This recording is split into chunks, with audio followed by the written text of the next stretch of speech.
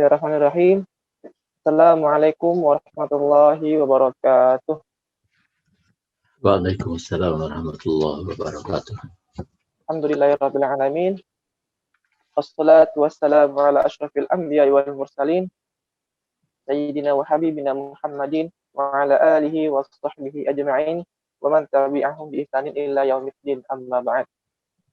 Alhamdulillah, marilah kita bersama-sama bersyukur kepada Allah dengan kalimat yang sangat mulia, yaitu kalimat alhamdulillahirabbil alamin dengan kata kunci la ilaha illallah. Lalu marilah kita sampaikan salam hormat kita kepada manusia yang sangat luar biasa, sangat suci jalur nasabnya, sangat sempurna akhlak dan fisiknya, yaitu Nabi Muhammad Sallallahu Alaihi Wasallam. Sebelumnya, kami mengucapkan ahlan wa sahlan bagi semua peserta kajian yang telah berkesempatan hadir dalam kajian Kitab Bulughul Maram bagian ke-8 ini dengan tema sholat qashar dan jamak bagi orang yang musafir dan orang-orang yang sakit. Semoga dengan niat dan usaha kita untuk hadir dalam kajian ini, Allah memudahkan segala urusan kita. Amin ya rabbal alamin.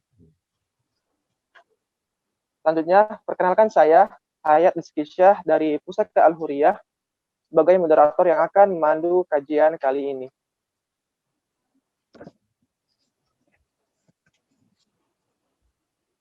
Sebelum kita memulai kajian hari ini, marilah kita bersama-sama mengawalinya dengan bacaan suratul Fatihah.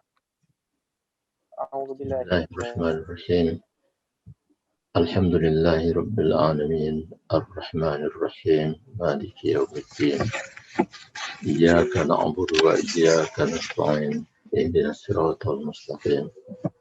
Siratal ladzina an'amta 'alaihim ghairil maghdubi 'alaihim waladdallin. Baik, selanjutnya akan ada pembacaan susunan acara yang insya Allah akan dilaksanakan pada kajian kali ini. Yang pertama ialah pembukaan oleh moderator. Lalu ada penyampaian materi, sesi tanya jawab, dan sekaligus penutup oleh narasumber kita. Dalam kegiatan ini, alhamdulillah, telah tersedia juru bahasa isyarat untuk memfasilitasi saudara kita yang membutuhkan fasilitas tersebut. Telah hadir Kang Fajrus yang akan membantu kita menerjemahkannya kepada bahasa isyarat. Selanjutnya, ada beberapa informasi penting yang harus dilaksanakan ketika kajian ini. Yang pertama, peserta diharapkan menggunakan format nama, asal, garis bawah, nama lengkap.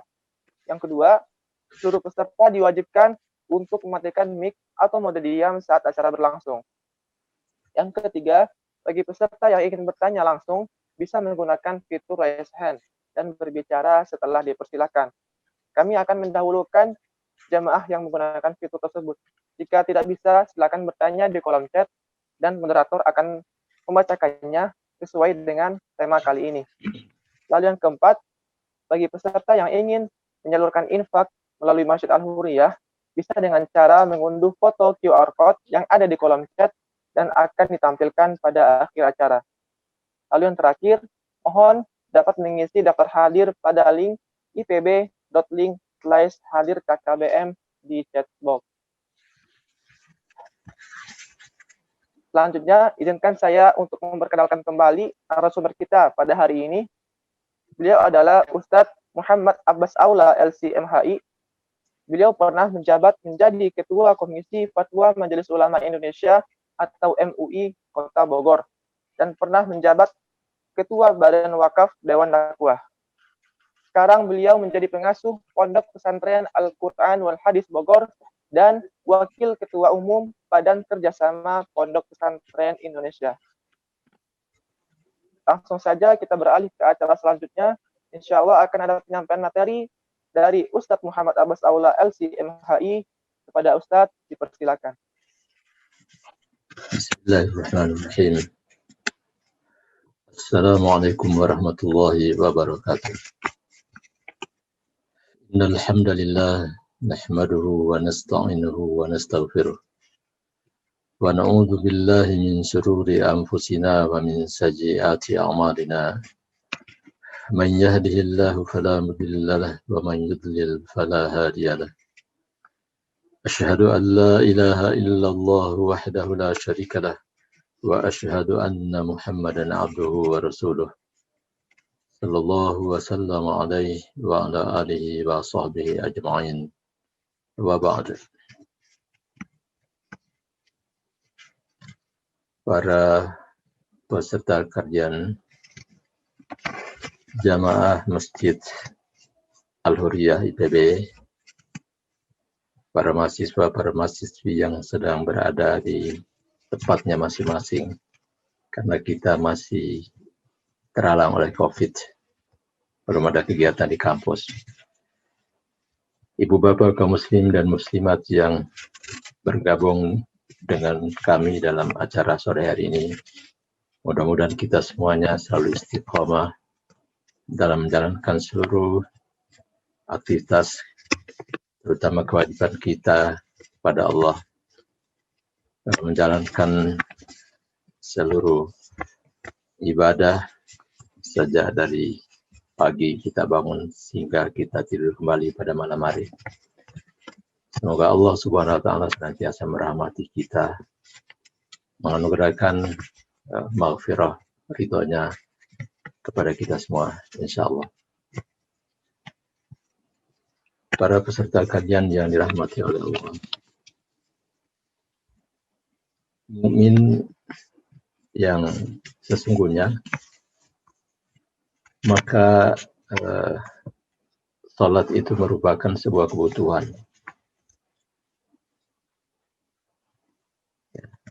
Bagi seorang mukmin, salat adalah sebuah kebutuhan.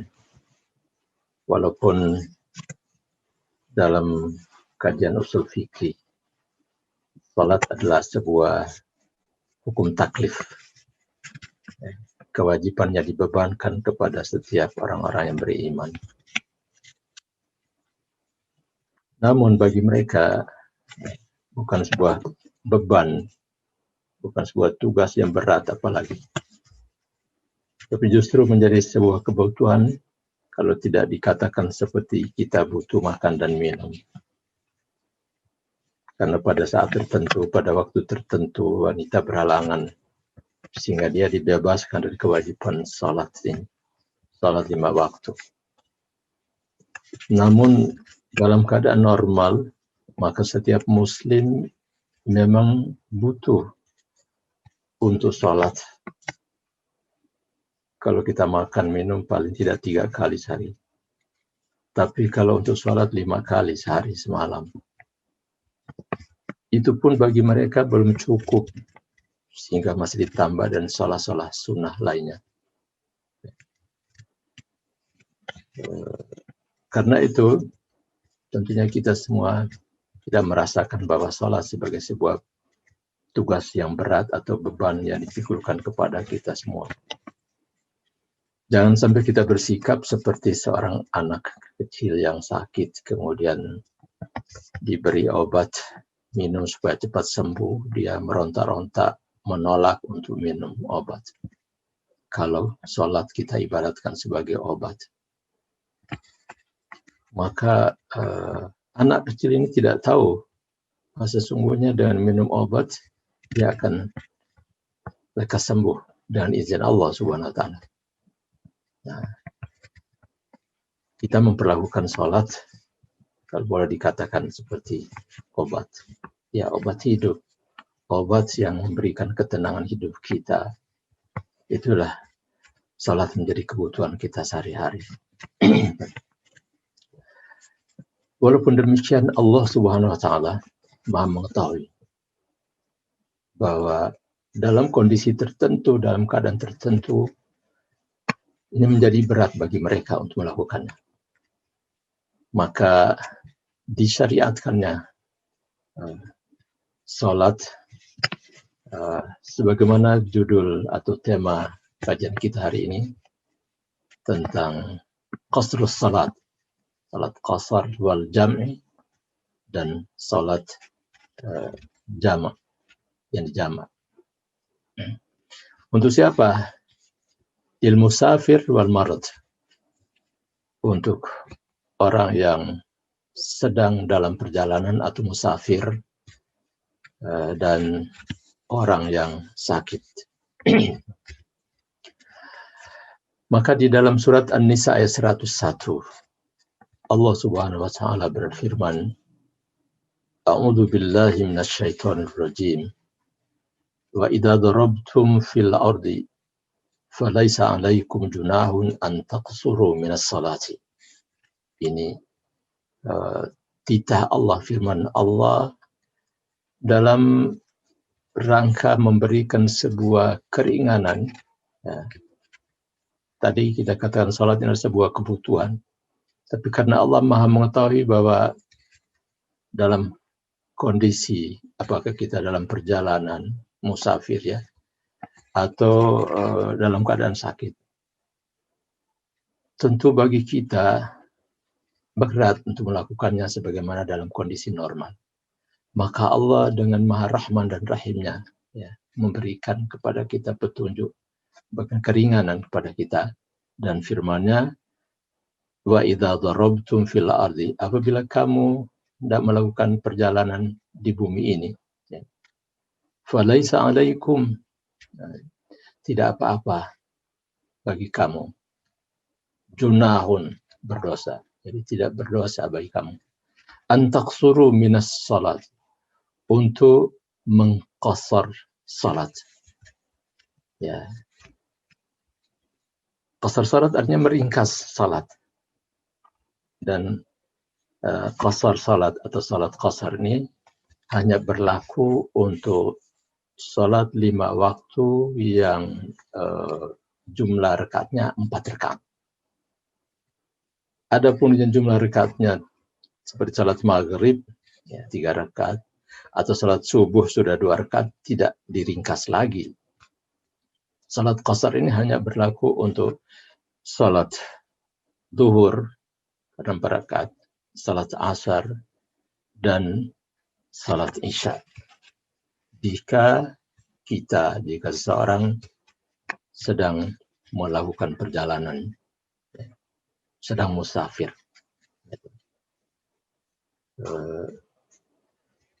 Dan diberikan lagi keringanan lainnya, tidak hanya di qasar salatnya, ada di jamak. Jamak artinya 2 waktu salat dihimpun dalam satu, atau dikerjakan dalam satu waktu tertentu. Misalnya saja salat zuhur dan asar ya, dikerjakan pada waktu zuhur. Ya. Kita salat zuhur dulu, kemudian langsung setelah salam iqamat dan mengerjakan salat asar. Ya. Namanya di qasar, di jamak. Kalau kita kerjakannya pada waktu zuhur, menarik waktu asar ke zuhur, maka disebut dengan jamak takdim. Tapi kalau kita takhirkan sehingga salat zuhur dikerjakan pada waktu asar, disebut dengan jamak takhir. Ya.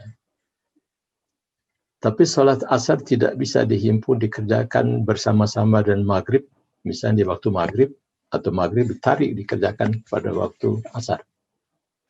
Jadi hanya di jamak salat zuhur dan asar. Ya, apakah jamak takdim atau jamak takhir? Salat maghrib dengan salat isya bisa dikerjakan salat maghrib, kemudian langsung setelah salam iqamat kita kerjakan salat isya, namanya jamak takdim. Atau karena sesuatu halangan kita takhirkan salat maghrib, ya, masuk salat maghrib tapi karena ada kesulitan sehingga terpaksa kita baru mengerjakannya pada waktu sudah lewat waktu maghrib, kita kerjakannya pada waktu isya, namanya jamak takhir. Ya. Masuk salat isya kita kerjakan salat maghrib dulu, kemudian kita kerjakan salat isya. Salat subuh tidak bisa dijamak, tidak bisa ditarik misalnya ke isya, juga tidak bisa ditarik ke salat zuhur. Jadi salat yang dijamak hanya 4 waktu saja. Salat yang qasar hanya 3 waktu. Dan Karena temanya di sini berkaitan dengan tidak hanya musafir, juga berkaitan dengan orang yang sakit. Nah, apakah sama? Orang musafir, ya, dia bisa meringkas salat atau mengqasar salat dan kemudian jamak, sama dengan orang yang sakit misalnya.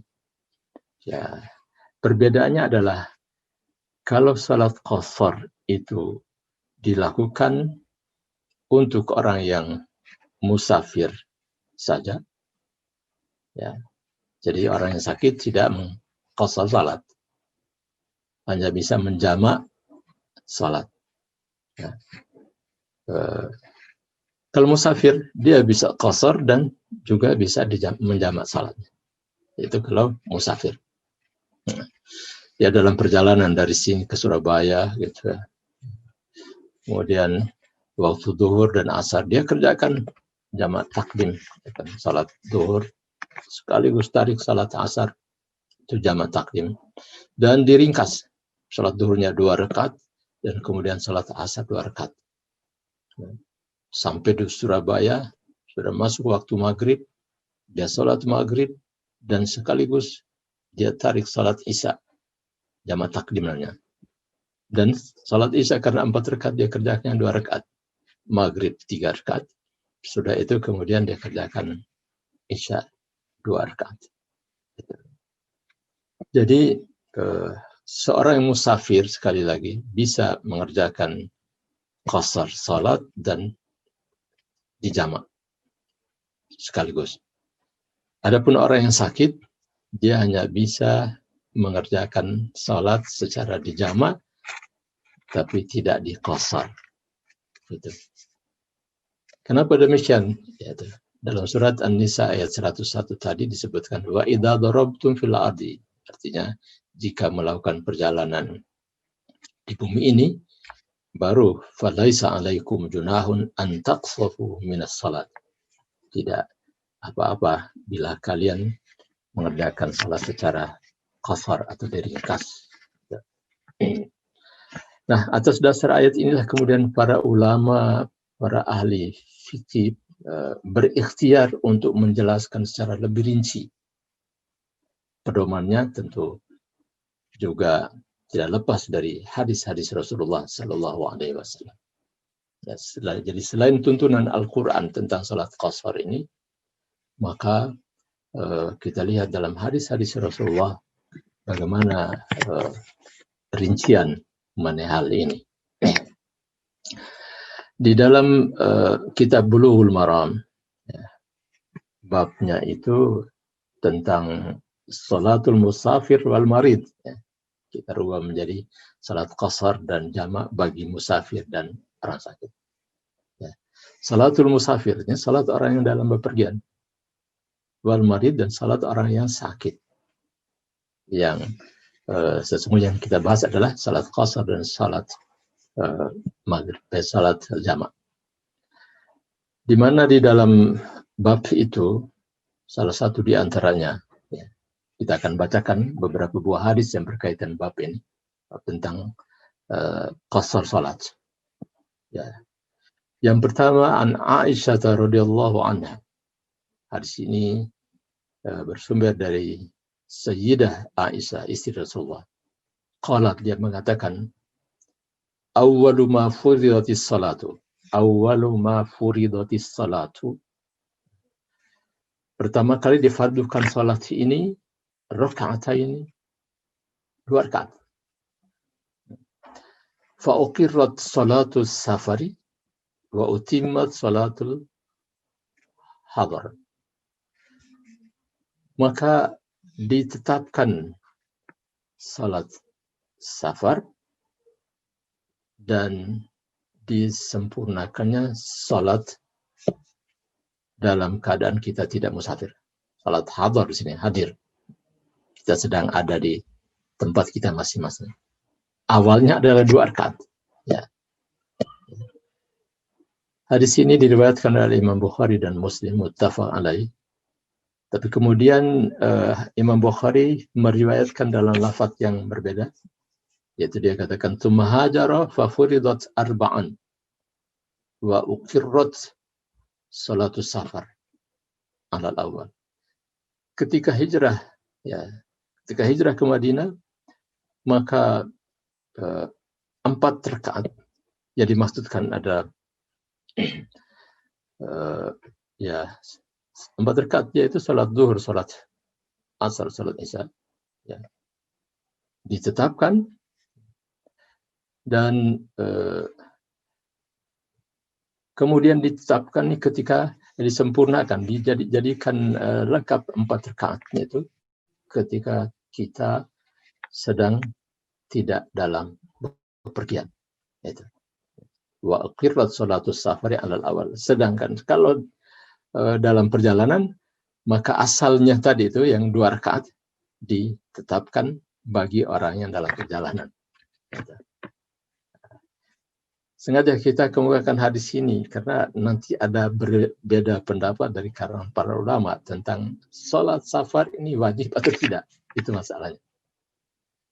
Tapi hadis ini sudah memberikan semacam isyarat bahwa awal mula sholat yang difardukan 2 rakaat, gitu. Kemudian belakangan setelah Rasulullah sudah hijrah ke Madinah, maka kalau mungkin kita kerjakan sebagaimana biasa sekarang ini, yang 4 rakaat tetap 4 rakaat. Tapi kalau ketika dalam perjalanan, maka jadi 2 rakaat. Itu yang namanya qasar salat. Ditambahkan lagi oleh Imam Ahmad dalam hadisnya, illal maghrib, kecuali salat maghrib, tidak bisa diqasar. Fa innaha witrun nahar, karena salat maghrib itu adalah witirnya siang hari. Wa illa subha, itu juga dan waktu subuh tidak bisa diqasar. Itu. Fa innaha tutawwalu fiha al-qira'ah, karena salat subuh itu cukup 2 rakaat saja, bacaannya yang panjang. Fa innaha tutawwalu fiha al-qira'atu, karena salat subuh itu bacaannya lebih panjang dibandingkan dengan salat-salat yang lainnya dari yang 5 waktu ini. Nah, dari sinilah kemudian tidak heran para sahabat mencoba untuk mencari tahu hukum sebetulnya tentang salat qasar ini apa. Di kalangan para sahabat seperti Amr bin As, Sayyidina Ali bin Abi Thalib, Ibnu Mas'ud, Ibnu Abbas, Ibnu Umar dan Jabir. Ini yang kemudian dianut oleh mazhab Hanafiyah yang mengatakan bahwa salat qasar atau qasar salat itu wajib. Tanpa melihat ayat Quran dalam surat An-Nisa ayat 100 yang mengatakan laisa alaikum junahun, sebetulnya itu kan tidak berdosa. Sehingga atas dasar ayat ini jumhur ulama sebenarnya mengatakan bahwa salat di qasar tidak wajib dengan kata-kata falaisa alaikum junahun. Kenapa Abu Hanifah, mazhab Hanafiyah dan juga beberapa orang sahabat itu menyatakan demikian? Itu tadi hadisnya awwalu ma furidatis salatu raka'atain, itu dari situ.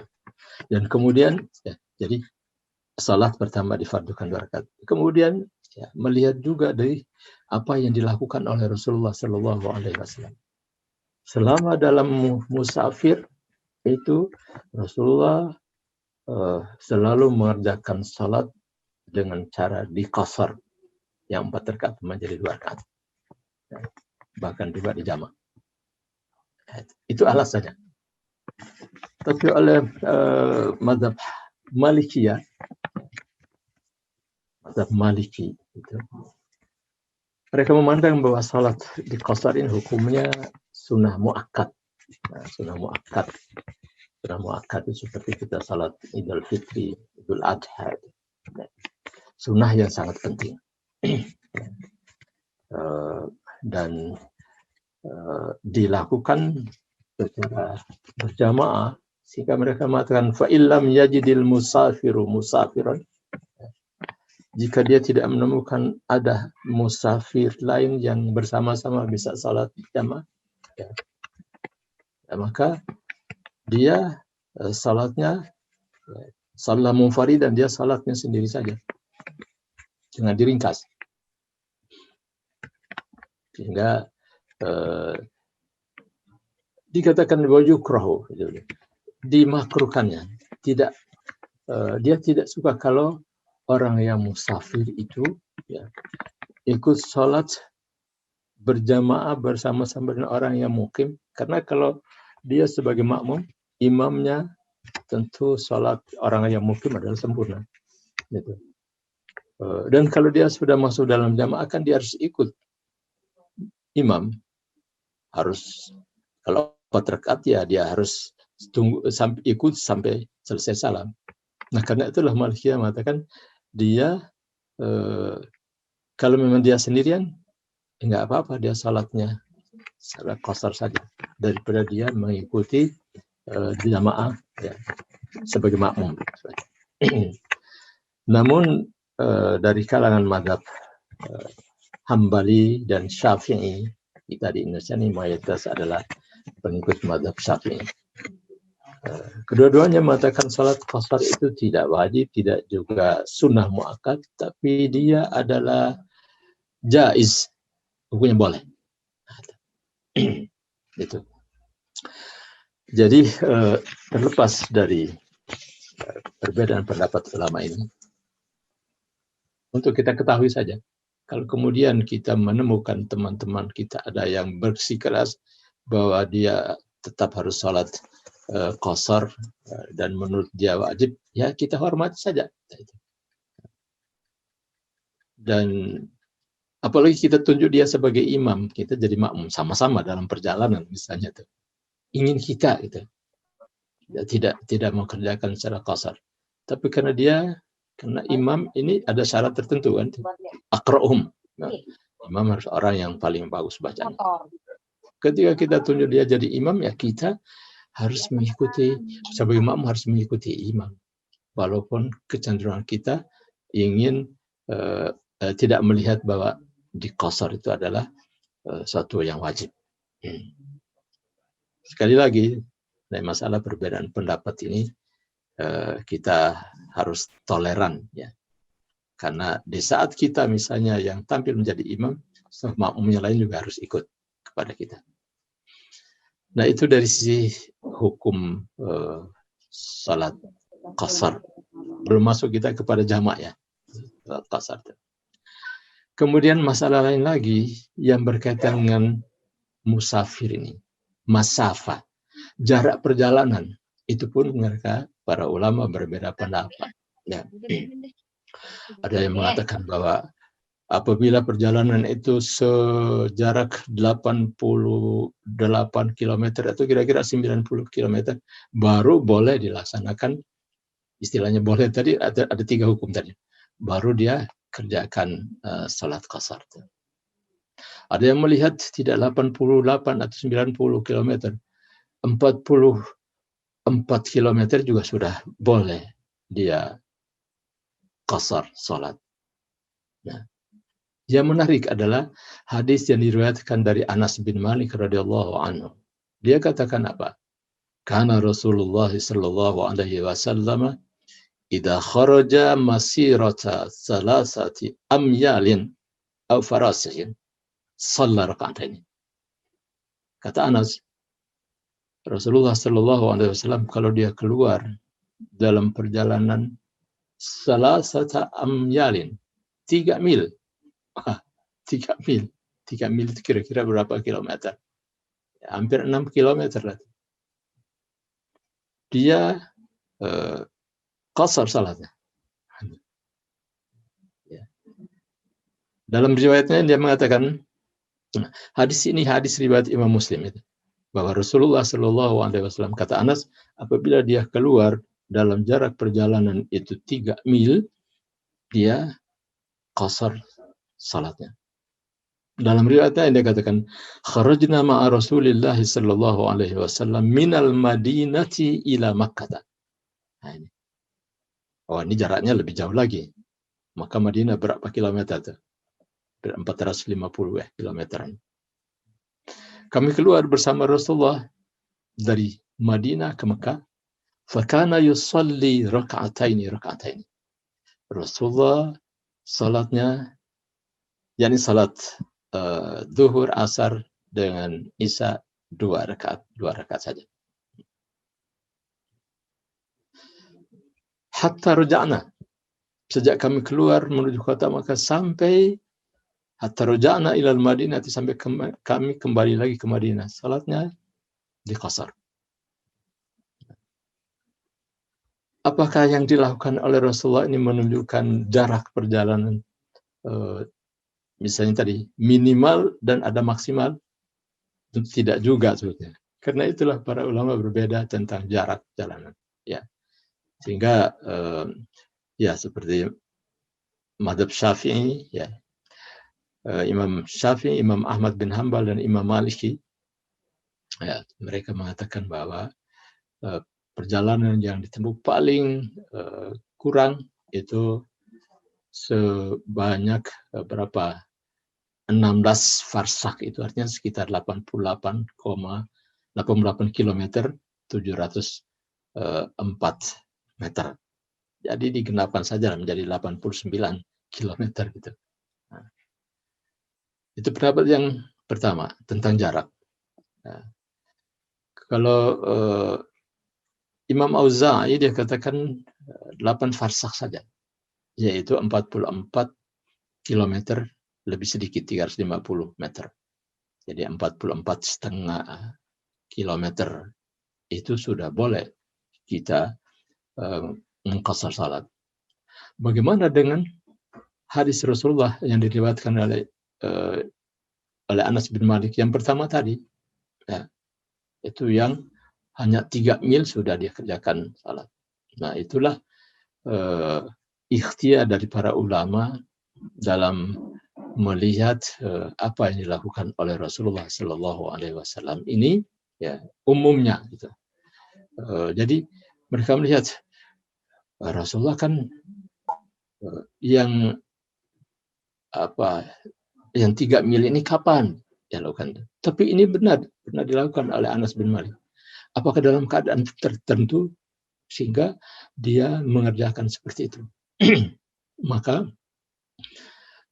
kemudian itulah ditetapkan oleh para ulama. Kita mau ikut pendapat, ya, karena kita di Indonesia, ya, mengikuti mazhab Imam Syafi'i. Kalau di Saudi Arabia itu ikutnya mazhab Imam Ahmad bin Hanbal. Di Pakistan juga ada mazhab Maliki, di Maghribi itu Imam Malik. Maka mereka menyatakan bahwa syarat qasar salat itu kalau seseorang sudah menempuh jarak kurang lebih 89 km. Namun pendapat tidak bisa kita nafikan juga orang yang mengatakan bahwa kurang dari 89 km atau Imam Auza'i tadi mengatakan kurang lebih 45 km.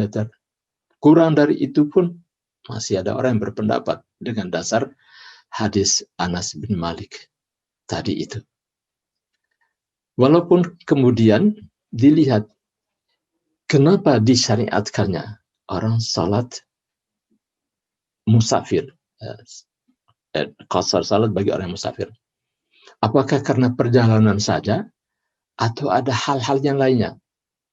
Nah, para ulama mengatakan karena biasanya orang kalau bepergian ada kesulitan-kesulitan yang dihadapi. Karena itu alasan ilat tentang dibolehkannya kita meringkas salat atau qasar salatnya karena masyaqqah, adanya kesulitan-kesulitan yang dihadapi. Ya. Dari sisi inilah kemudian juga tadi mereka yang melihat bahwa salat qasar adalah wajib, yaitu tentu tidak hanya melihat dari jaraknya saja, tapi juga dari kesulitan yang dihadapi ini.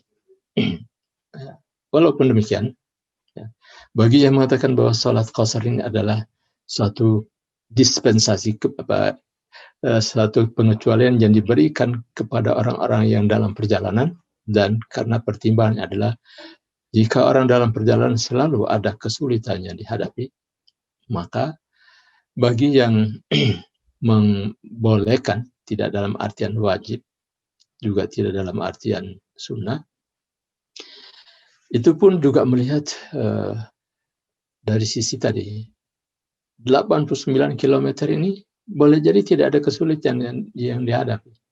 Nah, apakah lalu dengan itu tidak boleh qasar salat? Inilah hal-hal yang memang menimbulkan perbedaan pendapat di kalangan para ulama. Ya, masih ada satu lagi hal yang perlu kita ketahui adalah orang bepergian ini sampai di Surabaya misalnya. Nah, berapa lama dia tinggal di sana sehingga dia boleh mengerjakan salat ini secara normal seperti dia dalam mukim. Ini juga beda pendapat dalam kalangan para ulama itu. Ya. Kapan musafir ini bisa mengerjakan salat secara normal? Ya. Walaupun dia hitungannya dari sini ke Surabaya berada di sana 1 pekan, kemudian dia balik lagi ke sini. Imam Syafi'i dan Imam Ahmad bin Hanbal mengatakan bahwa bila dia sudah sampai 3 hari 3 malam, maka hari keempat sana tidak boleh lagi dia kerjakan salat dengan diringkas. Tapi lagi-lagi ini dihadapkan kepada praktek atau apa yang dilakukan oleh Rasulullah Shallallahu Alaihi Wasallam. Di mana Rasulullah berada di Mekah. Ya, pada waktu Fathu Mekah itu antara 18 sampai 19 hari di sana. Ada yang mengatakan 20 hari. Kalau di Tabuk dia 20 hari. Itu pada saat perang Tabuk. 20 hari dia di Tabuk, selalu dia kerjakan salatnya secara qasar. Di Mekah 18 atau 19 hari itu juga dikerjakannya di qasar salatnya itu. Padahal dalam keadaan aman kan waktu itu. Ya. Fathu Makkah kita tahu dalam sejarah pembukaan kota Makkah ya. Pada tahun ke-9 Hijriah itu tidak ada pertumpahan darah di sana. Walaupun kaum muslimin sebelumnya itu diperlakukan tidak adil, dibully, orang sedang sholat juga diolok-olok ke Rasulullah sampai saat sholat itu kotoran unta itu ditaruh di atas kepalanya. Tapi pada saat Fathu Makkah orang-orang kaum musyrikin pada sudah ketakutan pasti kaum muslimin akan balas dendam, tapi tidak terjadi itu, aman ketika Rasulullah dan sahabat-sahabatnya kaum muslimin sampai di kota Mekah. Selama kurang lebih tadi itu hampir 20 hari di sana aman, tapi Rasulullah salatnya di qasar. Ya. Apa ada kesibukan tertentu? Ya, tentu kesibukannya tidak seperti dalam perjalanan, tapi di qasar. Nah, atas dasar inilah kemudian sahabat-sahabat misalnya ketika di Irak, ya Ibnu Umar ketika berada di Azerbaijan itu sampai selama di sana dia masih menganggap dirinya musafir, padahal sudah 1 tahun itu dia kerjakan salat secara qasar. Sa'ad bin Abi Waqqas itu ya, ketika berada di satu perkampungan di Syam itu selama 40 hari 40 malam di sana salatnya qasar. Ini mungkin lebih suasananya para ulama kan waktu itu sedang musim dingin, salju, jadi apalagi dia musafir ya, selama 40 hari 40 malam. Anas bin Malik juga bercerita seperti itu. Ketika para sahabat dalam kondisi tertentu, ya mereka menganggap masih musafir, sehingga mereka melakukannya ya, qasar di qasar salat. Jadi tanpa melihat tadi perbedaan pendapat tentang para ulama tentang apakah selama 3 hari kemudian sudah tidak lagi qasar. Tapi itulah nyatanya ketika kita temukan hadis-hadis Rasulullah Shallallahu Alaihi Wasallam yang berkaitan kembalinya kepada kita.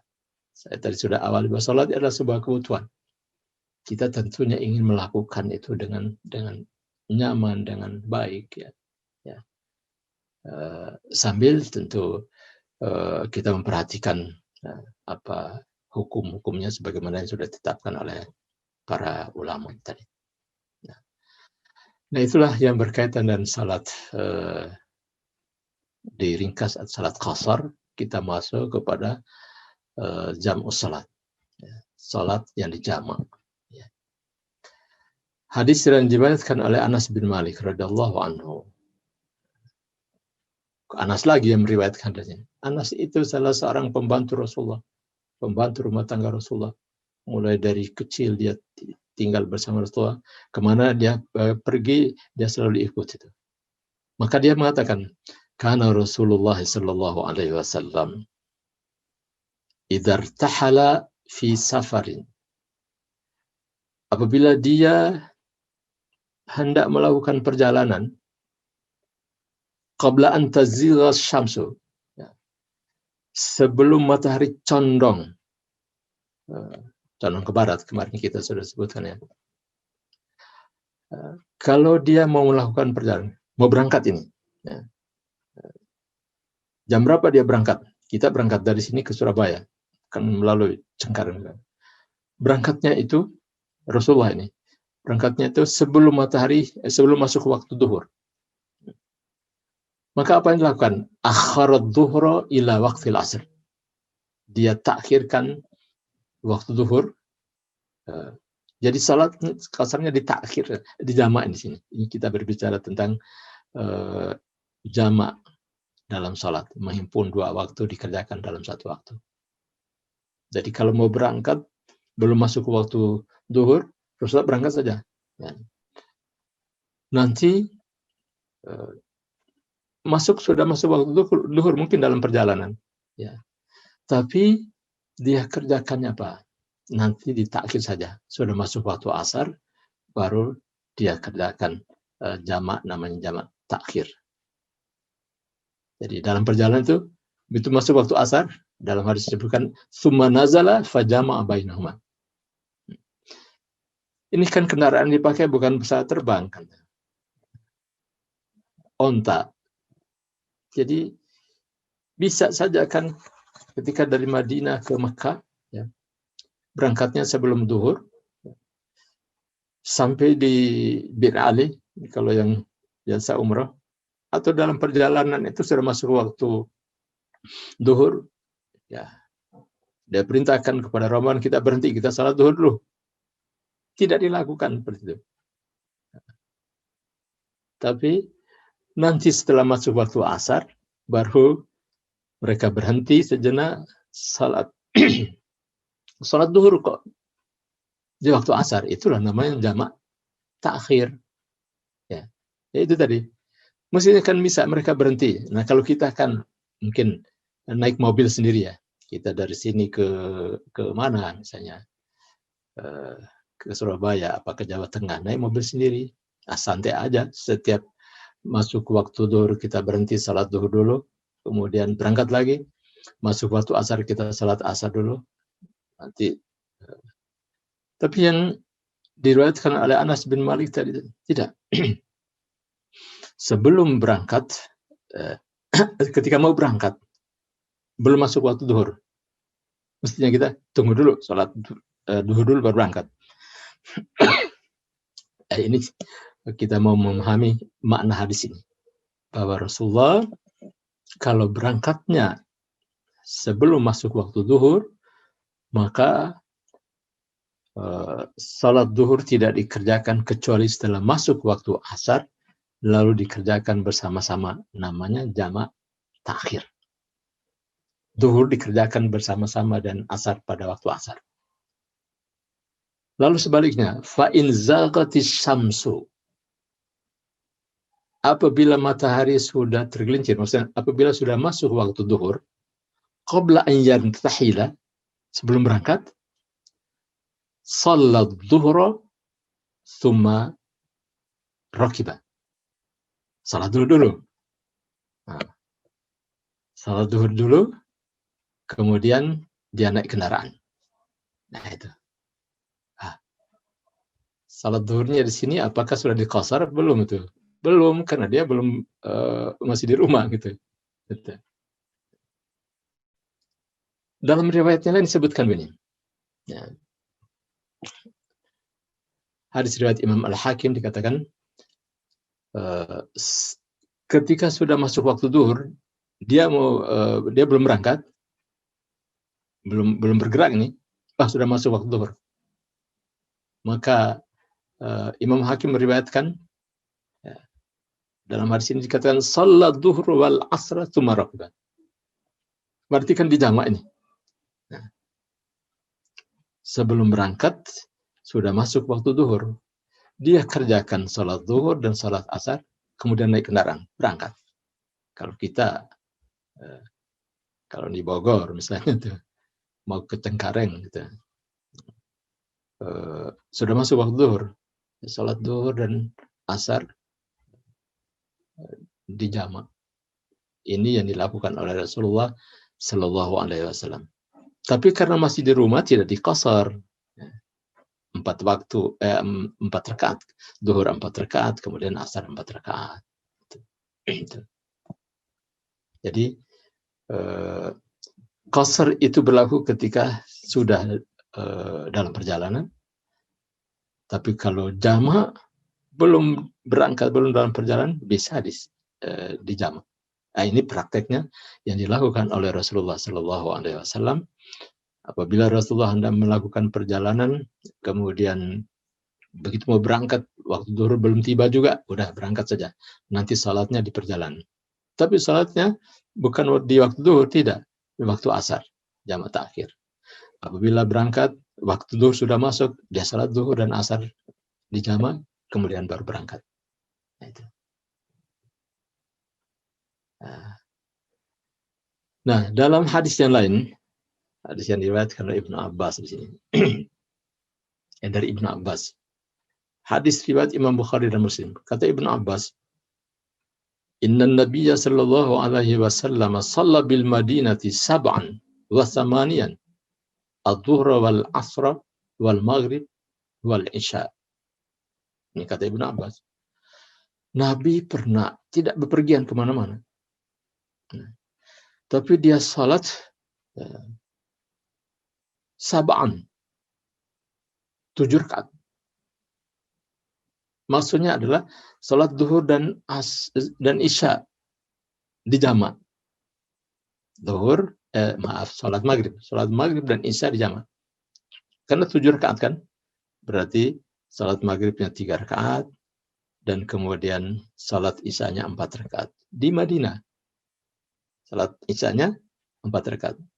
Karena bukan musafir. Kalau musafir kan bila diringkas, bisa diringkas. Wa thamaniyan adh-dhuhra wal asr. Dan 8 rakaat. Nah, salat zuhur kok 8 rakaat. Oh, ternyata di jamak. Zuhur 4 rakaat, sudah itu asar 4 rakaat. Nah, ini menunjukkan bahwa muqim, ya, tidak bepergian, salat bisa dijamak. Tapi tentu ada alasan, ada apa? Ada urusannya ini. Gitu. Sehingga Rasulullah bisa melakukan seperti itu. Ya. Dalam riwayat yang lain, masih di Kitab Bulughul Maram, ya, Ibnu Majah meriwayatkan bahwa kata Ibnu Abbas, jama'a Rasulullah sallallahu alaihi wasallam baina adh-dhuhri wal asri. Rasulullah menjamak, ya, jamak apa nih? Jamak takdim, ya, antara zuhur dan asar dikerjakan waktu zuhur. Wa bainal maghribi wal isya, dan dijamak pula maghrib dan isya dikerjakan pada waktu maghrib.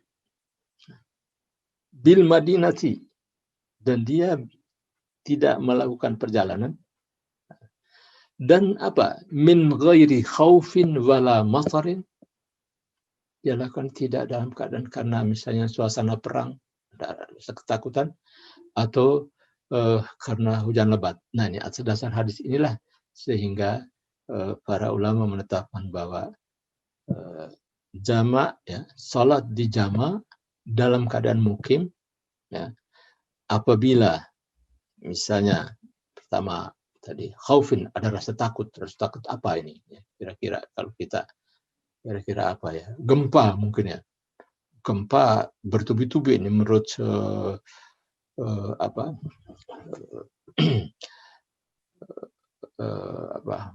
ya, menurut ahlinya itu bahwa akan terjadi gempa pada tanggal sekian begini, dan begitu terjadi sudah diprediksi kira-kira berapa menit lagi nih, biar supaya saya, karena mungkin kita butuh juga mungkin bisa 10 menit lagi, Ustaz. 10 menit lagi, ya baik. Nah, jadi tentang salat yang dijamak tadi, bahwa orang yang musafir tidak ada masalah, dibolehkan untuk dijamak tadi. Tapi kalau yang mukim hanya dibenarkan kalau sakit atau tadi khauf, rasa takut. Tadi kita contohkan seperti sedang terjadi gempa misalnya pada waktu zuhur, kemudian akan menyusul lagi nanti waktu asar, orang sedang ketakutan seperti itu, udah bisa dijamak. Atau hujan, tapi hujan ini hujan lebat, maksudnya itu orang sudah di masjid semuanya, ya, waktu salat maghrib, selesai salat maghrib, ya, sebetulnya saat salat maghrib juga sudah hujan lebat, ya. Selesai salat maghrib, kemudian biar supaya makmum ini segera pulang aja gitu, karena nampaknya hujan ini belum tentu berhenti secepatnya. Maka mereka ya sepakat sudah kita salat isya langsung, selesai maghrib kemudian isya. Karena apa nih? Karena hujan tadi, karena hujan lebat. Ini memang di kalangan para ulama dibahas, ada yang melihat suasana hujannya bagaimana gitu. Karena waktu itu kan para sahabat ini rumahnya juga jauh-jauh. Rasulullah mempertimbangkan bahwa kalau selesai sholat maghrib mereka harus misalnya ada yang ingin pulang dulu, nanti sholat asar bagaimana balik lagi itu, sehingga sholat dilakukan dengan jamak itu, yaitu karena hujan lebat. Itu juga masih ada pertimbangan tentang ya, para ulama membahasnya tuh. Ada nggak lumpur gitu, karena ini kan banjir gitu. Kalau memang tidak, apalagi misalnya rumahnya dekat situ, ya nggak harus salatnya di jamak gitu. Rumahnya masih dekat-dekat semua sekitar itu. Itu kalau soal hujan. Terlepas daripada perbedaan pendapat tentang hujan ini, tapi itu yang pernah dilakukan oleh Rasulullah SAW. Salat di jamak bagi yang mukim apabila dia sakit, atau kemudian tadi itu hujan lebat pada saat salat maghrib misalnya, atau itu kalau siang hari bagaimana, itu juga menjadi perdebatan, atau dalam keadaan khauf, dalam keadaan ketakutan. Tapi karena hadis yang dari Ibnu Abbas tadi bahwa Rasulullah SAW pernah salat, ya, dan dia mukim, dia sedang berada di Madinah, 7 rakaat yaitu maghrib dan isya di jamak, kemudian 8 rakaat yaitu zuhur dan asar. 8 rakaat kan berarti memang tidak diqashar karena bukan musafir. Min ghairi khaufin wala matarin. Padahal tidak ada alasan bahwa dia sedang dalam keadaan ketakutan atau hujan, tidak ada. Nah, hadisnya seperti itu. Itu yang kemudian belakang orang menggunakan dalil ini untuk membolehkan, yang penting itu ada dasarnya kan, ada hadisnya mengatakan Rasulullah pernah salat di jamak padahal tidak ada sebabnya, tidak sakit, tidak juga karena hujan, atau tidak pula karena takut. Namun para ulama ya, mensikapi atau mengikhtiari, berijtihad untuk menyatakan bahwa hadis ini masih mengandung penafsiran. Sehingga para ulama mengatakan bahwa orang yang tidak punya alasan syar'i karena hujan atau karena ketakutan atau karena sakit tidak bisa menggunakan hadis ini sebagai alasan bahwa walaupun tidak ada apa-apa kita bisa sholat di jamak. Karena para ulama mengatakan hadis ini mengandung penafsiran bahwa Rasulullah mengerjakannya itu dalam keadaan dia sedang sakit. Itu. Dengan dalil dan alasan lain bahwa seorang wanita yang dalam keadaan sakit istihadhah,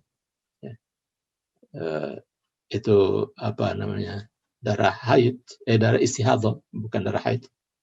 Itu kalau darah haid kan memang tidak wajib sholat.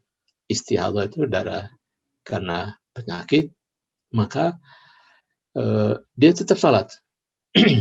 Ketika waktu-waktu masuk sholat dibolehkan bagi seorang wanita yang sedang mengalami sakit karena istihadhah ini untuk menjamak, ya, yaitu maghrib dan isya bisa dikerjakan pada waktu maghrib.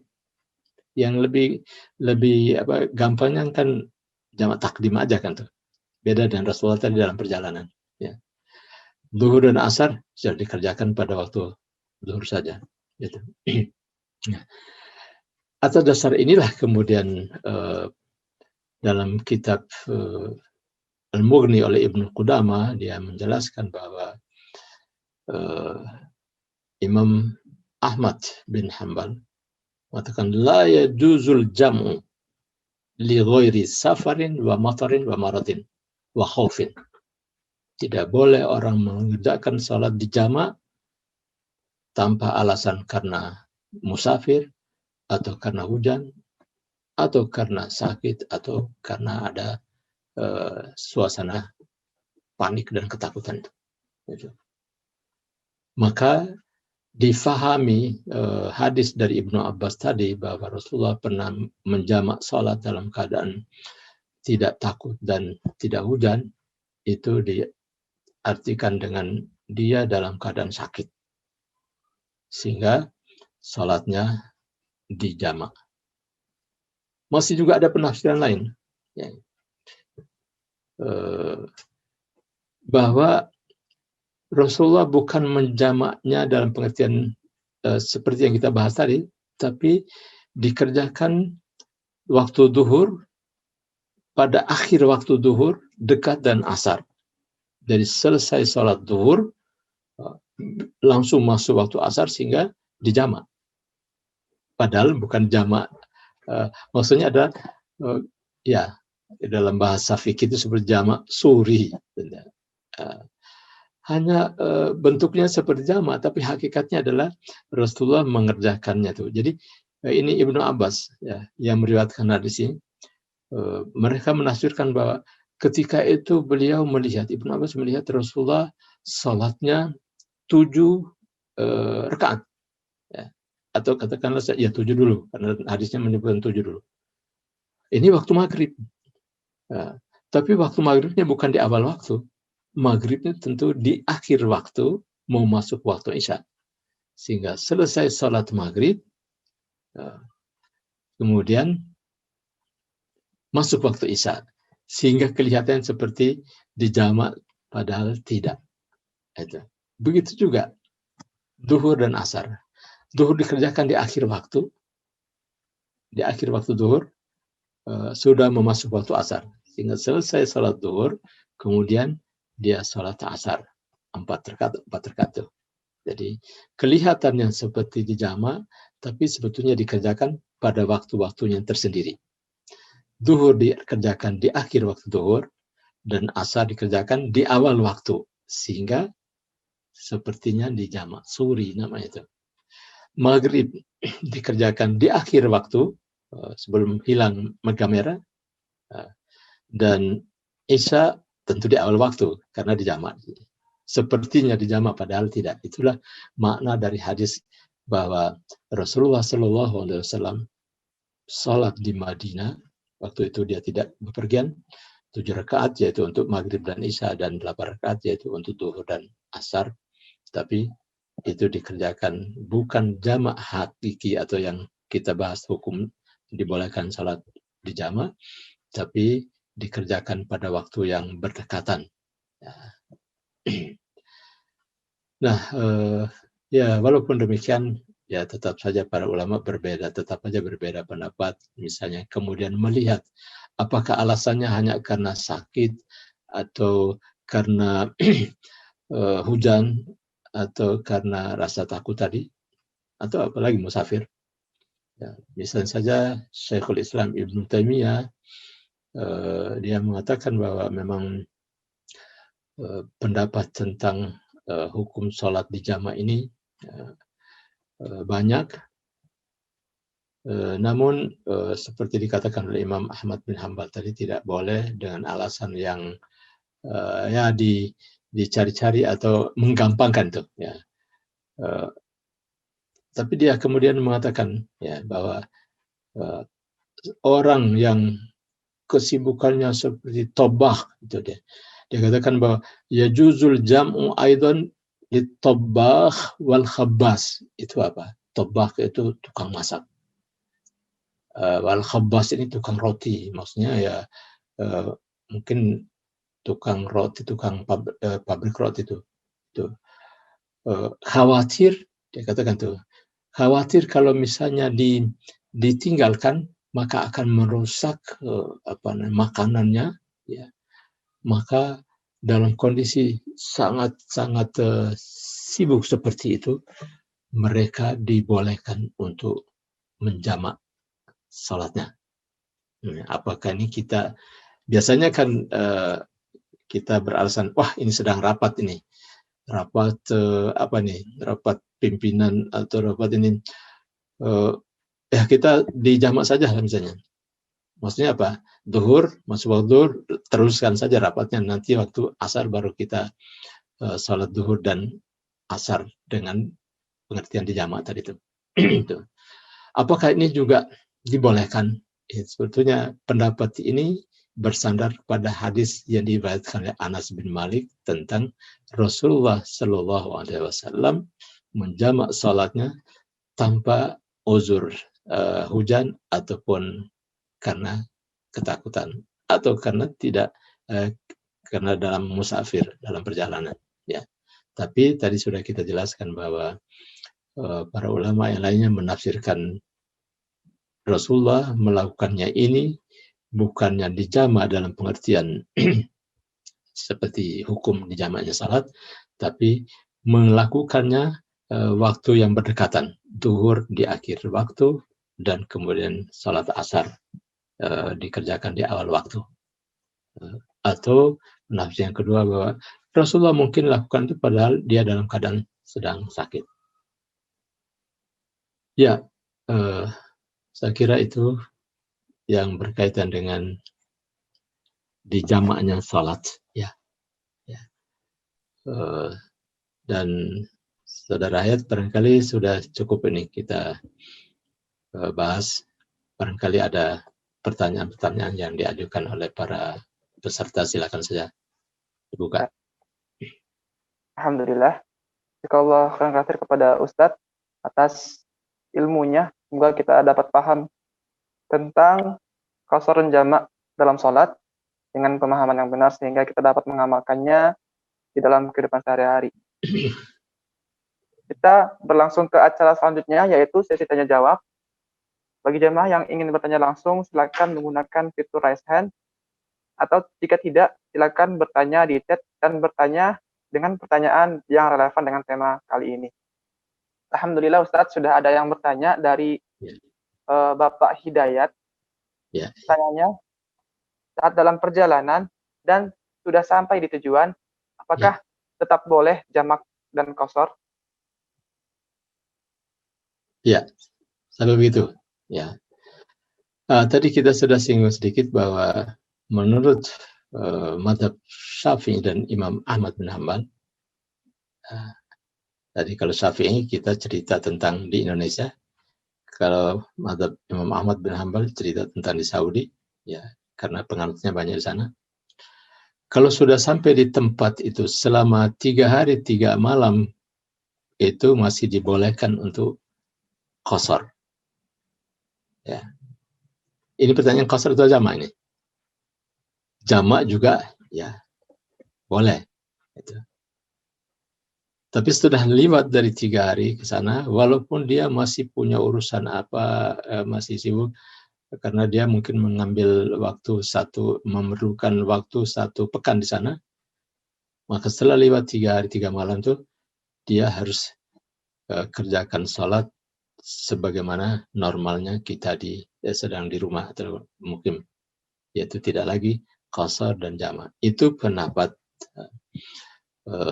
Tapi pendapatnya lain melihat bahwa Rasulullah waktu di Mekah 18, 19 hari dia di qasar dan jamak juga tentunya.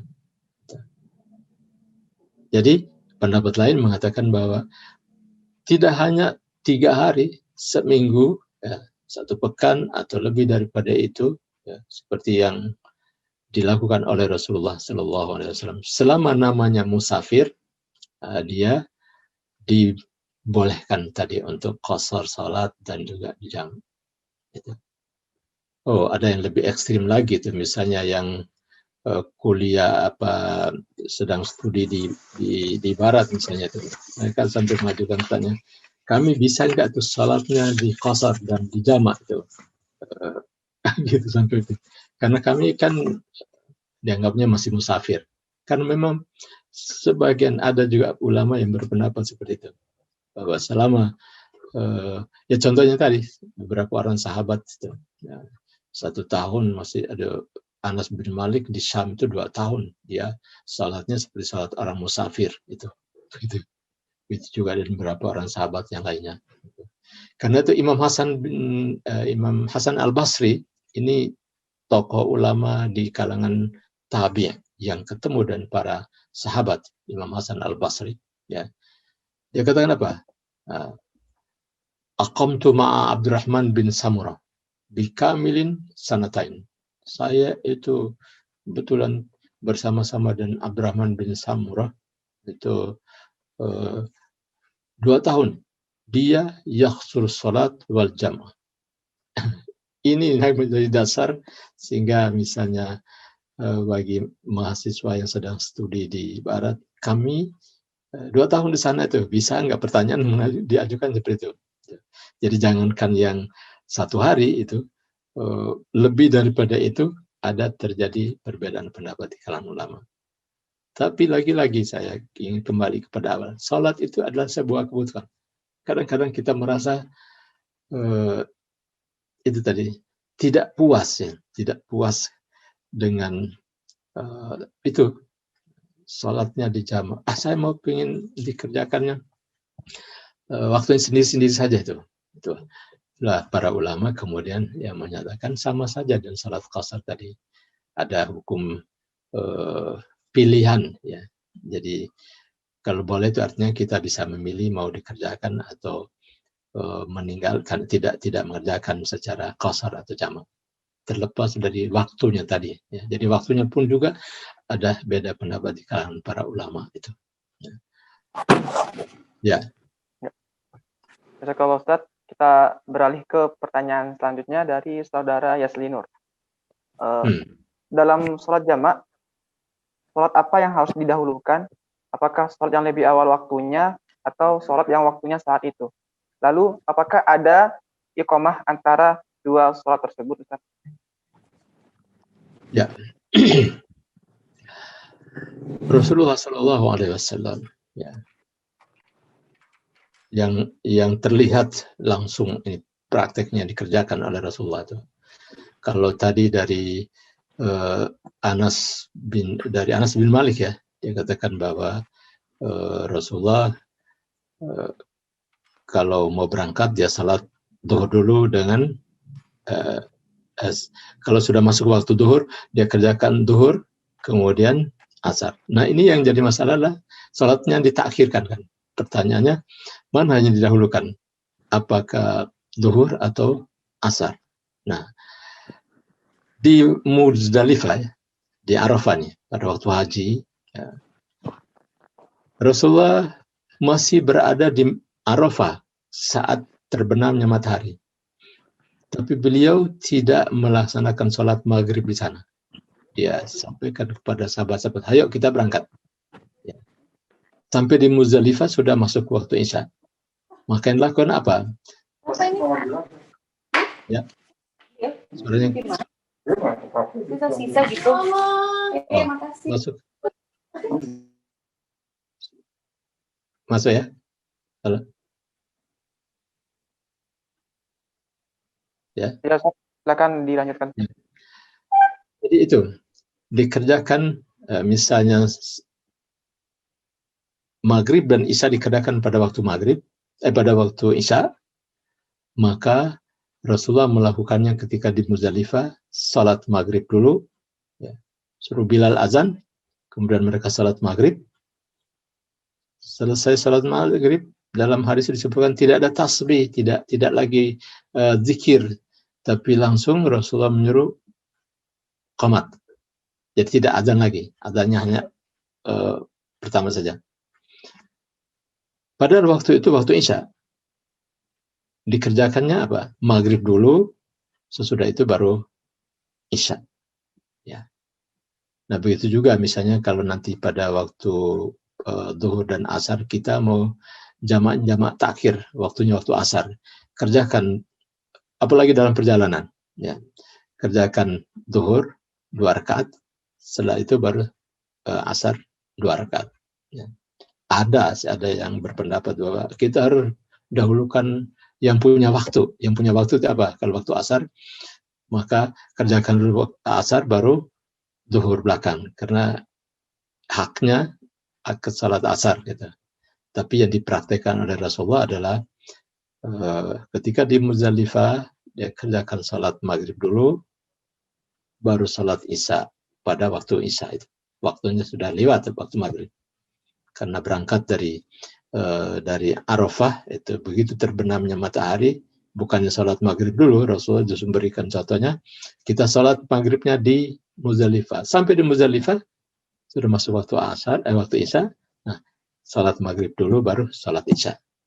Itu urutannya kalau kita mengerjakan jamaknya jamak takhir. Jadi dahulukan waktu yang awal.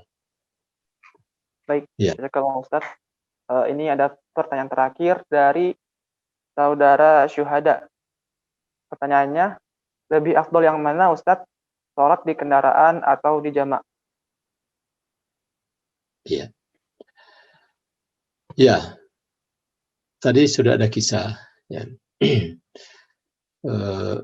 Rasulullah dalam perjalanan ya, dari Madinah ke Mekah, gitu. Sebelum waktu zuhur masuk, nah, maka dia bisa sholatnya di atas kendaraan kan, tapi karena kendaraannya bisa berhenti mungkin ya, sehingga dikerjakannya malah ditakhirkan waktunya, waktu asar dulu gitu.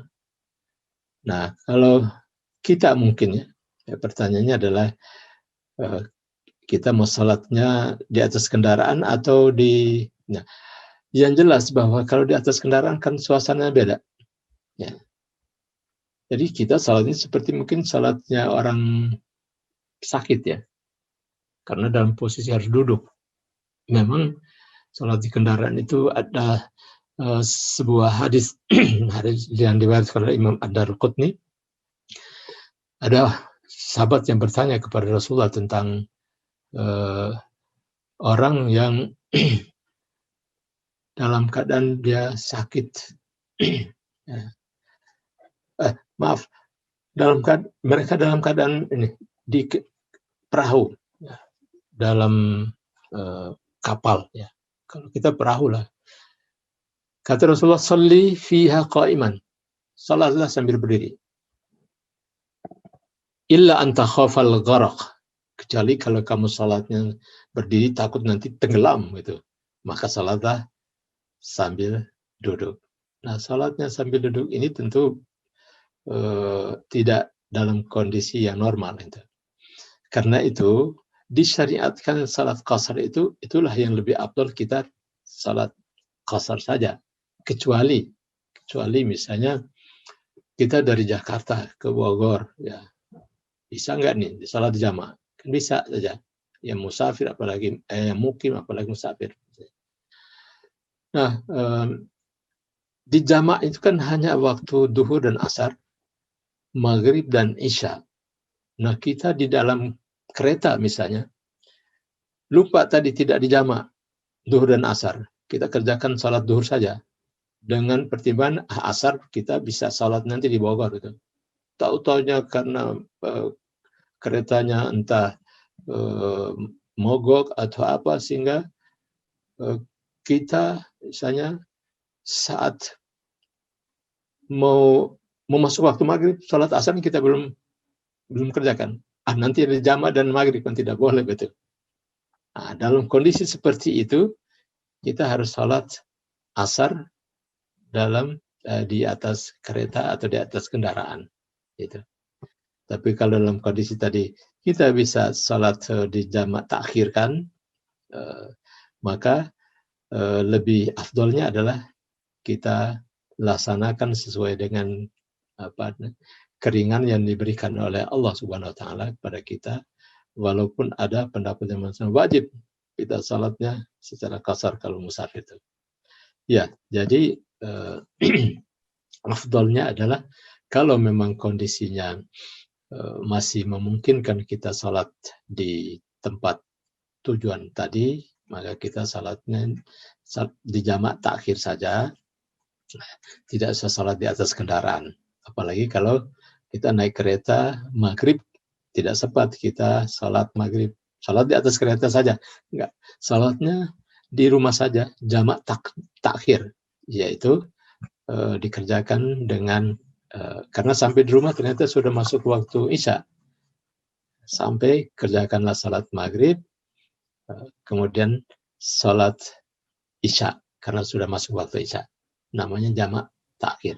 Jadi tidak usah salat maghrib di atas kereta, tidak usah salat maghrib di atas kendaraan. Beda dengan tadi waktu asar. Waktu asar sudah mau masuk maghrib, ya, maka kita harus salat asar di atas kendaraan karena tidak bisa dijamak antara asar dan maghrib. Ya, begitu. Ya, itu kalau Ustaz. Ya, karena masih ada waktu untuk bertanya, jadi insya Allah untuk sesi ini akan dilanjutkan kembali. Silakan untuk Ibu Mamik Sarwendah yang telah mengangkat tangannya untuk bertanya langsung. Iya, terima kasih. Langsung saja pertanyaan saya. Iya.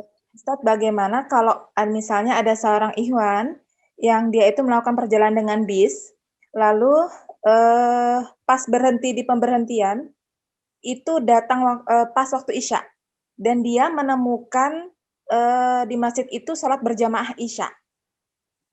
Gitu. Apakah dia sebaiknya mengikuti Isya berjamaah di masjid itu, ataukah dengan yang tadi atau dia sholat sendiri maghrib dulu baru Isya gitu ya? Nah, apakah seperti itu? Mana ini yang harus dilakukan? Iya.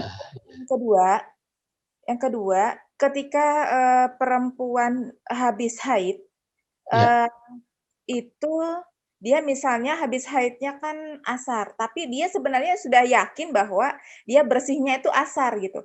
Tapi apakah tetap harus menjamak zuhur sholatnya gitu, zuhur asar? Demikian, terima kasih. Ya, istihadah ya, bukan haid ya? Haid. Oh, haid. Jadi bersihnya itu pas dia yakinnya asar gitu, dia mandinya asar. Dia yakin itu pas waktu asar. Nah, apakah kan ada pendapat harus menjamak kalau waktu asar harus jamak zuhur juga gitu. Oh ya, ini dulu ya. Kan waktu zuhur dia tidak ada kewajiban untuk salat zuhur karena memang bagi yang haid ya tidak boleh dia salat walaupun maunya mau salat. Jadi tidak bisa dijamak dan zuhur yang jamak takhir ya. Karena sholat zuhur itu tidak ada kewajiban dia untuk melakukannya. Saya tadinya mengira maksudnya di sini adalah dia istihadhah gitu. Tapi kalau dia haid, bersihnya pada waktu asar, dia kerjakan sholat asar saja. Zuhur yang tadi tertinggal itu tidak ada pembebanan syar'i karena dia memang tidak dibolehkan untuk sholat dalam keadaan seperti itu, sehingga tidak harus sholat dijamak dengan jamak takhir, yaitu zuhur ditarik ke asar, karena waktu zuhur tidak ada kewajiban dia. Berbeda dengan istihadhah itu. Kalau istihadhah tadi itu bisa di waktu zuhur jamak takdim, dan bisa juga dikerjakan waktu asar, namanya jamak takhir. Ya. Jadi begitu Bu, kalau kondisinya adalah haid, maka kewajibannya hanyalah sholat asar. Ketika dia bersih pada waktu asar, itu yang dikerjakan. Salat zuhur tidak ada kewajiban. Ya. Itu yang pertama. Kemudian yang terkait dengan, kok kita jawabnya yang kedua dulu ya. Yang pertama tadi, Saudara Hayat, apa bisa diulangi pertanyaannya? Ya. Kalau Ikhwan itu pakai bis kota, misalnya dari Solo. Sudah ingat. Sudah. Jadi memang ada dua pendapat. Kalau kita langsung bergabung untuk sholat Isya berjamaah, kan kita dapatkan pahala sholat berjamaah ini. Sholat Isya. Padahal waktu maghribnya kan kita belum kerjakan tuh. Pertanyaan Ibu tadi kan, apakah dia kerjakan sholat maghrib dulu, lalu bergabung dengan jamaah untuk mendapatkan sholat berjamaah. Nah, kalau mungkin masih ada waktu, misalnya dia sholat maghrib pada saat orang sholat Isya. Mungkin karena 3 rakaat jadi lebih cepat dibandingkan dengan sholat Isya. Sehingga selesai sholat maghrib, kemudian dia kerjakan sholat Isya. Itu pertama. Tapi pendapat yang mengatakan bahwa kalau sedang sholat berjamaah tidak ada lagi sholat lain kecuali sholat dikerjakan berjamaah dan satu imam. Sehingga orang yang misalnya musafir berombongan juga dia ingin melaksanakan sholat qashar dan jama' tidak boleh dikerjakan pada saat orang sedang melaksanakan sholat Isya secara berjamaah itu. Nah, oleh karena itu ada dua pilihan ini kan tuh. Mana yang lebih afdal? Langsung dia datang ikut sholat Isya berjamaah, setelah itu baru dia kerjakan sendiri sholat maghrib yang tertinggal tadi, sehingga walaupun itu jamak takhir, tapi harusnya kan maghrib dulu. Yaitu dalam hal seperti ini dibolehkan dia misalnya sholat berjamaah, sholat Isya, selesai baru dia kerjakan sholat maghrib. Tidak berdasarkan urutan tadi itu ya, urutan harusnya maghrib dulu. Jadi tidak dia sholat maghrib sendirian, selesai baru dia sholat Isya.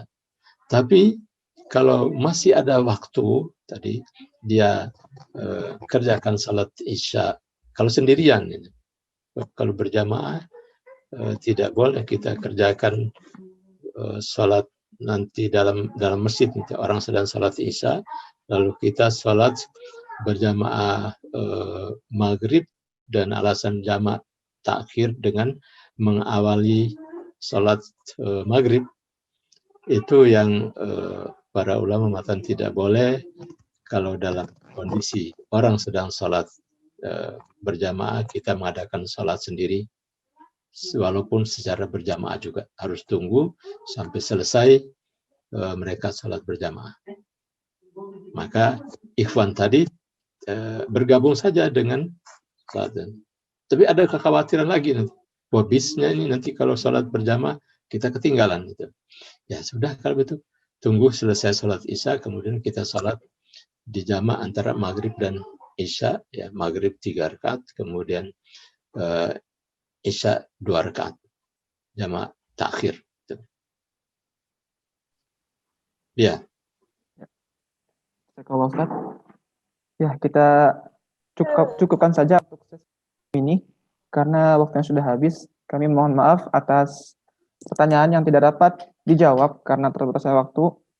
Insya Allah pekan depan silakan peserta yang ingin bertanya lebih awal dan menggunakan fitur raise hand. Kita beralih ke acara selanjutnya. Ada penutupan atau simpulan dari narasumber kita kepada Ustadz. Dipersilakan. Ya.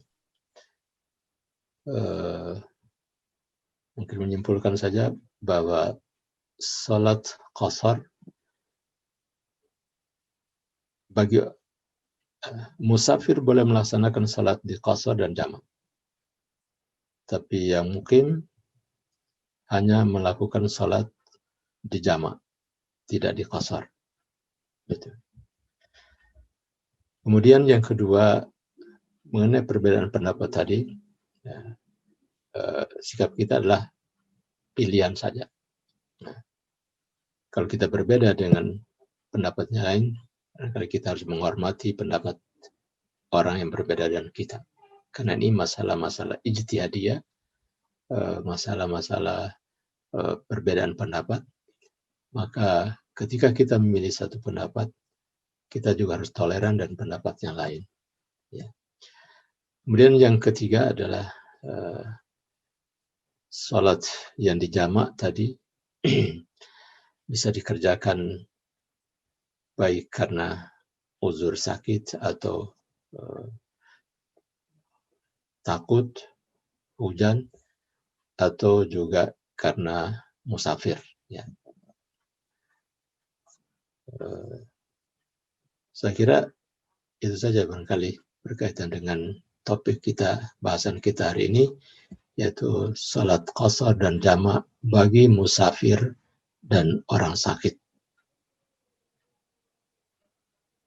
Ya. Baik Ustadz, dengan berakhirnya simpulan tadi, berakhir pula lah kajian kita pada sore hari ini. Kami mengucapkan jazakallah khairan katsiran kepada Ustadz. Semoga Allah selalu menganugerahkan kesehatan dan kekuatan kepada Ustadz dan keluarga. Amin. Ya Rabbal Alamin. Selanjutnya telah ditampilkan di layar barcode infak Masjid Al-Huriyah. Bagi peserta kajian yang ingin berinfak melalui Masjid Al-Huriyah, silakan mengakses barcode tersebut. Ya, sebelum kita tutup, marilah kita sempurnakan dengan doa kifaratul majelis. Subhanakallahumma wa bihamdika asyhadu an la ilaha illa anta astaghfiruka wa atubu ilaik. Saya Hayat Rizky-Syah dari Pusaka Al-Huriyah. Mohon maaf atas kesalahan dan kekurangannya selama menjadi moderator kajian pada sore hari ini. Semoga kita semua selalu berada di lindungan Allah Subhanahu wa taala sehingga kita dapat bertemu kembali di kajian Kitab Bulughul Maram bagian ke-9. Assalamualaikum warahmatullahi wabarakatuh. Waalaikumsalam warahmatullahi wabarakatuh. Ya, sama. Terima kasih, Bu. Jazakallah khairan Ustaz. Wa iyyakum ajma'in. Ya. Terima kasih. Jazakallah khair Ustaz. Assalamualaikum. Wa iyyakum. Terima kasih Pak Awan.